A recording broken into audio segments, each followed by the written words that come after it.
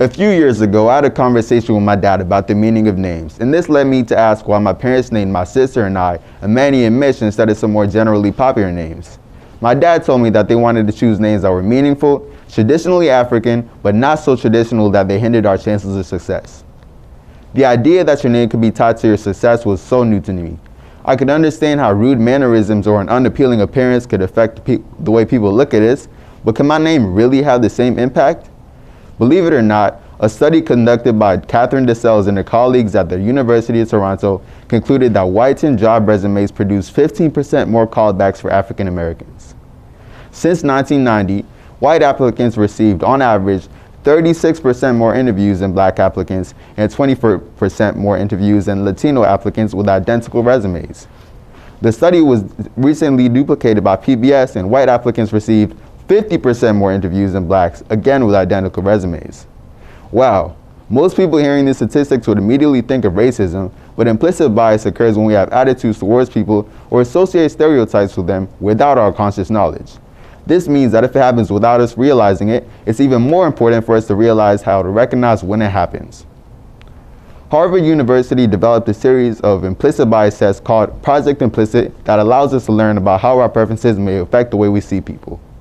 After answering a few questions about myself, I chose to take the test discriminating between ages, and I learned that I have a slight automatic preference for younger people than for older people.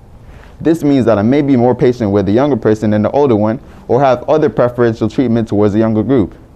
This concerned me for several reasons, but mostly because I have grandparents who I love and would never want to disrespect.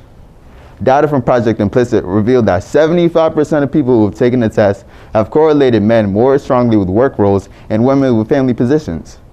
A recent study that showed hiring managers who scored on the test indicated gender bias tended to favor men over women in the hiring process as well.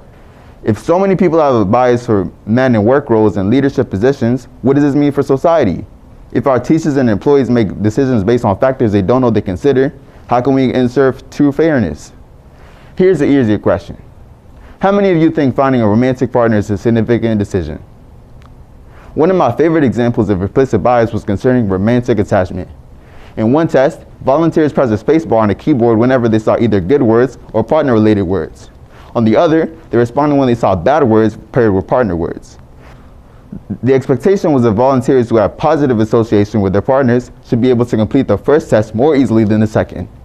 The results showed that the volunteers who were quick to respond to bad word partner pairings and slow to respond to good word partner pairings were more likely to separate over the next year. Furthermore, the tests were a strong predictor of a breakup than the volunteer's judgment of their relationship quality. This is sad, but imagine how many heartbreaks could be avoided if the partners were able to mutually recognize the warning signs of a non-biased test. I believe that participating in projects such as Project Implicit will help all of us to identify our stereotypes and work to fix them. In addition to this, QHS recently hosted a brown bag discussion after school to talk about microaggression, fear, and higher education. I think organized discussions sponsored by groups that really care about the community are the right steps toward making us more socially aware. This isn't the end of the story. There's more.